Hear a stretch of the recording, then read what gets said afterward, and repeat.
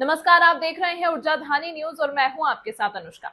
सिंगरौली जिले का मोरवा क्षेत्र बड़े पैमाने पर एनसीएल के जयंत एवं दूधी चूआ परियोजना द्वारा विस्थापन किया जा रहा है। इस क्षेत्र में एनसीएल द्वारा सेक्शन 9 लगाकर ड्रोन सर्वे कर लिया गया है। साथ ही एनसीएल ने नापी मूल्यांकन की भी तैयारी पूर्ण कर ली है, लेकिन अभी तक किसी भी प्रकार का रोड मैप जारी नहीं किया गया है, जिसे लेकर विस्थापित संगठनों के द्वारा इसका विरोध किया जा रहा है। विस्थापित संगठनों द्वारा कहा जा रहा है कि पहले एनसीएल अपना रोड मैप जारी करे, इसके बाद ही नापी का कार्य शुरू किया जाना चाहिए। विस्थापित संगठन अपनी 24 सूत्रीय मांगों को लेकर एनसीएल को पत्र लिखा है, लेकिन अभी तक एनसीएल उन 24 सूत्रीय मांगों पर कोई पहल नहीं किया, जिसे लेकर स्थापित संगठनों एवं विस्थापितों में आक्रोश दिख रहा है। इस संबंध में आज अंतर्राष्ट्रीय मानवाधिकार एवं अपराध नियंत्रण संगठन के राष्ट्रीय महासचिव अमित तिवारी ने ऊर्जा धानी न्यूज के संपादक प्रदीप तिवारी के साथ फेस टू फेस कार्यक्रम के माध्यम से एनसीएल पर मनमानी तरीके से कार्य करने का आरोप लगाया है। आपकी प्रति आपको देने को तैयार ना हो तब तक आप उसको रद्द करें। वो आपकी प्रति आपको दे, नापी करें आपके सामने, उसको रिकॉर्ड करें, उसकी एक प्रति आपको दें, आपसे रिसीव कराएं उस प्रति को, उसके बाद बाकी प्रति को लेकर चले जाएं। उनके रिकॉर्ड का चीज़ है वो रखें। देखिए, इसके पहले जो विस्थापन हुआ, वार्ड क्रमांक 10 का विस्थापन हुआ और उसमें जो है नापी की गई। नापी के कई वर्ष बाद इसका पेमेंट, जो अपना विस्थापन का पेमेंट होता है, मुआवजा जिसको कहते हैं, मुआवजा दिया गया। जबकि उसमें मुआवजा में कहा जाता है कि अगर नापी हो गया है, सेक्शन 9 लग गया है, इसके बाद जब भी आप पेमेंट करते हैं तो फिर ब्याज देना चाहिए। लेकिन ब्याज न दे के बल्कि 19% की कटौती की गई। इसमें ये विस्थापन में आप क्या कहेंगे? ये गलत नीति है। एनसीएल अगर इस तरह का काम करेगा तो यहाँ तो नहीं चलेगा। अब जिस क्षेत्र में वो घुस रहे हैं उस क्षेत्र में तो ये चीज़ें नहीं चल पाएंगी। उनको भी संभल के काम करना पड़ेगा और समझ के काम करना पड़ेगा। वो जब तक यहाँ के लोगों को विश्वास में नहीं लेंगे तब तक उनके लिए भी राह बड़ी कठिन होगी। इतना सरल नहीं है कि इस क्षेत्र में आएंगे और फिर नापी करके और लोगों को दौड़ाते रहेंगे कि अभी मुआवजा नहीं देंगे और बाद में कटौती करेंगे और लोग मान लेंगे।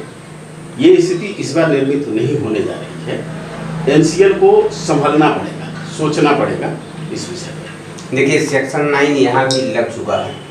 पानी का सतह धीरे धीरे नीचे जा रहा है, घरों में दरारें हो रही हैं। जल्दी इसका नापी हो, जो भी मुआवजा प्लाट जैसा भी हो, एनसीएल द्वारा तत्काल इसका कंफर्म कर देना चाहिए, जो भी हो फाइनल कर देना चाहिए, जिससे लोग अपने जगह पे चले जाएं जहाँ भी जाना चाहते हो। इस विषय में आप क्या कहेंगे? एनसीएल ने जो स्थिति निर्मित कर दी है अभी वर्तमान में, और प्रशासन के साथ मिलकर ये स्थिति निर्मित हो रही है। प्रशासन को भी इसमें पहल करने की आवश्यकता है कि हमको न जीने दे रहा है न मरने दे रहा है। वाटर लेवल नीचे चला जा रहा है। बहुत सारे क्षेत्रों में बहुत सारे लोगों का बोर इस बार सूख गया। बहुत शिकायतें हैं। पानी का सप्लाई को लेके बहुत लोगों में रोष था, बहुत आक्रोशित थे लोग कि पानी नहीं मिल रहा है, पानी नहीं मिल रहा है। ये स्थिति और विकट होगी। जैसे जैसे माइंस निकट आएगा वैसे वैसे और विकट स्थिति होती जाएगी। ब्लास्टिंग का इनका तीव्रता इनकी बढ़ते चली जा रही है। कोई घर नहीं बचा है जिसमें दरार न हो। सारे घरों में दरार पड़ा है। अब ये क्या इंतजार कर रहे हैं? घर गिर जाए, कोई हादसा हो जाए तब चेतेंगे। और अगर हादसा हो जाएगा तो उसकी जवाबदेही कौन लेगा? प्रशासन को इस पर नहीं सोचना चाहिए। प्रशासन को भी इस दिशा में पहल करना चाहिए। बीच में लोगों ने मीटिंग लिया था, हुआ कि ठीक है विस्थापन के थोड़ा ब्लास्टिंग की तीव्रता कम करेंगे, हुआ कुछ नहीं। ये आंदोलन हम लोग बहुत पहले भी कर चुके थे। इसको लेके हम लोगों ने काफ़ी पूर्व भी एक आंदोलन किया था।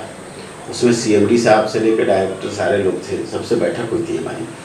उस बैठक में भी हम लोगों ने ये बात रखी थी कि सर आप बिना विस्थापित किए घर नहीं गिरा देंगे ना। आप हमको अगर विस्थापित कर रहे हैं तो हम आपको घर गिरा के दे देंगे। आप हमको मुआवजा पेमेंट करेंगे और हम गिरा के उसको आपको डिमोलिश करके देंगे। आपकी शर्त है, हम उसको पूरा करेंगे। लेकिन जब तक आप मेरे को मुआवजा नहीं दिए हैं, उसके पहले ही आप घर गिराने की तैयारी में लगे हैं। ब्लास्टिंग जिस तरह से हो रही है, डर लगता है।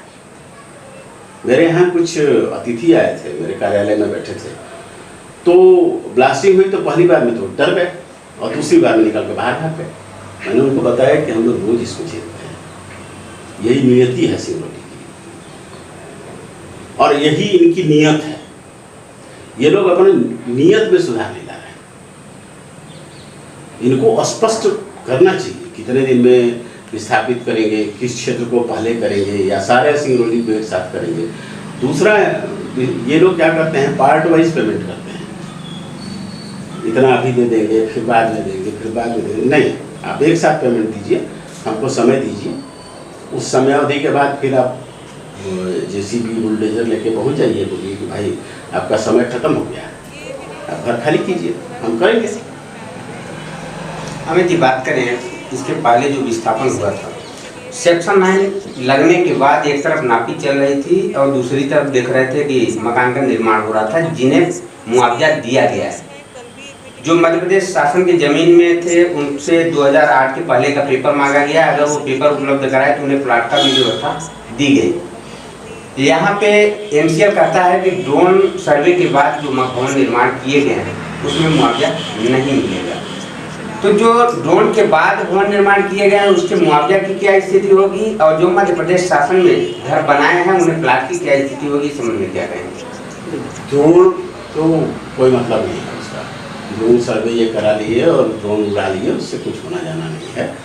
मुख्य बात यह है कि अगर इनको निर्माण रोकना था तो निश्चित रूप से इनको शासन की मदद लेनी चाहिए थी। अगर इन्होंने घर बनने दिया तो उसका मुआवजा उनको मिलना चाहिए। जिस तरह से मान लीजिए बहुत ऐसे लोग हैं, गरीब हैं, जो मध्य प्रदेश शासन में घर बनाए हैं, उन्हें विस्थापन का सही तरीके से लाभ मिल सके, उस समझ में क्या करेंगे? जो शासन की जमीनों में जो लोग बसे हुए हैं उनको भी मुआवजा मिलेगा, ऐसी चर्चा है, मेरे सुनने में आया है कि उनको भी मुआवजा मिलेगा।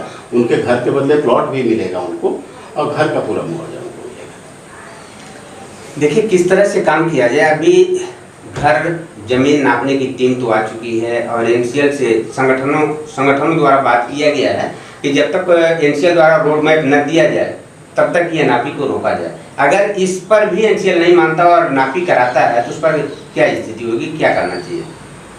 देखिए, अभी हमारे नए सांसद महोदय ने भी इस विषय में पहल किया है और उन्होंने कोयला मंत्री से चर्चा की है इस विषय पर, और 9 तारीख को शायद उनकी बैठक है। उसके बाद स्थिति स्पष्ट होगी कि क्या होने जा रहा है। दूसरी बात यह है कि अगर नापी कराना प्रशासन का काम है, प्रशासन को, हम लोगों को प्रशासन पर दबाव बनाना चाहिए कि भाई वो एनसीएल पर दबाव बनाए कि भाई आप पहले रोड मैप दे दीजिए, लोगों को बता दीजिए। जैसे उन्होंने पब्लिश किया पेपर में, उन्होंने बताया कि हम सेक्शन 9 लगा दिए, डिवाइन पब्लिश किया पेपर में, सब जगह किया। उसी तरह से आप मीडिया में चीज़ों को दे दीजिए, बता दीजिए कि भाई आपको ये देने जा रहे हैं। जब वो देंगे और हमको मंजूर नहीं होगा तो हम उसमें ऑब्जेक्शन करेंगे। आप एक समय अवधि। अन्य खबरों के लिए देखते रहिए ऊर्जा धानी न्यूज।